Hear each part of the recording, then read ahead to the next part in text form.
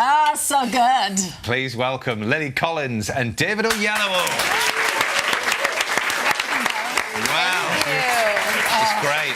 We've been quite cheeky because we've seen the first episode, but we've got to say right now, there's no singing at all in this. No. No. No singing at all. And as you watch it, sometimes you insert the song you know goes in that place. Whatever keeps you happy. Yeah. Was that part of the pitch to you when they sold it to you? They said, this is the proper story, there's no singing in it, you know, don't worry, or... Well, as we all know, there's been a very, very good filmic rendition of the musical recently. So if we're going to do it, then it has to be bringing something new. And what we think we've managed to do is, you know, for those who love the musical, they will see so much context and dimension that you can't get in the musical, because we have 6 hours of a brilliant adaptation of the book, the huge book by Andrew Davies. And so for those who love the book, they'll also see all those characters come to life. We are big fans, aren't we? And honestly, that is exactly what it does. Right. It's brilliant. And there can't ever be too much Les Mis, can there? In the world? Not for me. No. No, it's so relevant. I think it's a timeless piece that no matter what generation you're from or what era you're living in, it speaks to you in some way. It's been billed as the huge Christmas thing. David, you've seen it all. Does it live up to it? I think so. I really do. And I'm genuinely proud of it. I mean, you know, it's not everything you make that you think, gosh, I cannot wait to share this with the world. And that's how I feel about this. Well, we're going to be talking more about Les Miserables. Is that bad? Are you auditioning? That was good. Thank you. You should have been in it. Yeah, exactly. Absolutely nailed it. What's it called again? First, Les Miserables. But let's go back then to the BBC adaptation of Les Mis that's on over Christmas. It's got a stunning cast as well as you two. There's Dominic West in it, Olivia Colman. Just to set it up a bit, you play Fantine. Yes. I've always wanted to be Fantine. And you are Javert. Yes, I am. Let's have a look at you, David, in action as the baddie. Okay. Men like us have only two choices, to prey on society or to guard it. You chose the former, I chose the latter. And I can tell you, if I'd chosen to be a criminal, I would have been a hell of a lot better one than you've turned out to be. 19 years for a loaf of bread.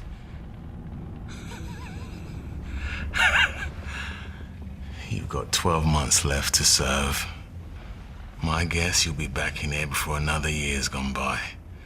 And next time, it'll be for life. Whatever you think, you can never win.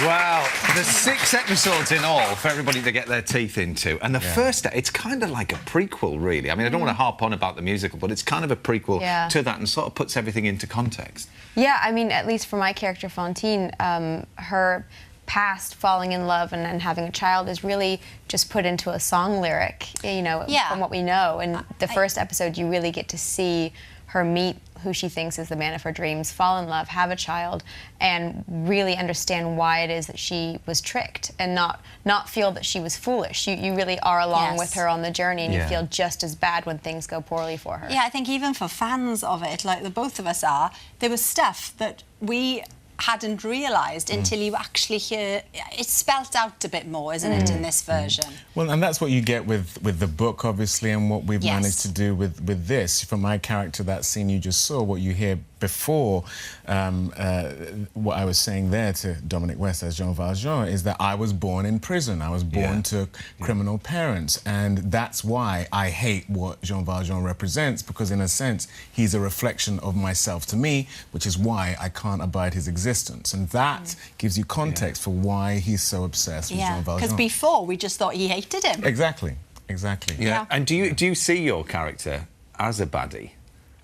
Well, I certainly can't afford to see my character as a baddie, because that's going to get very boring over 6 episodes. I think what Andrew has able to do with his adaptation is to give you context, is to give you the psychology, and maybe you don't necessarily empathize, but maybe you can sympathize with why this character does what he does. And we know you're a big fan of method acting.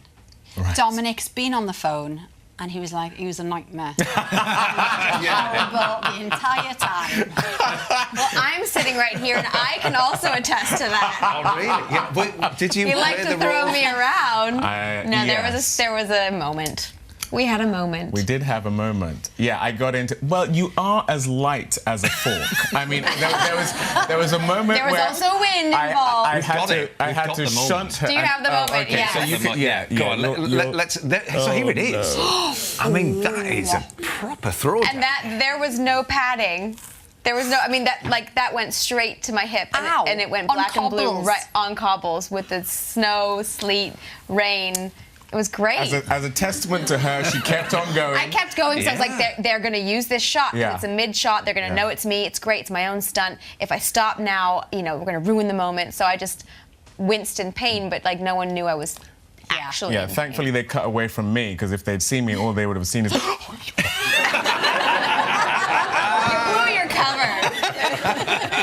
And I mean, every scene is epic, and it looks so beautiful. So whereabouts were you in the world when you were filming?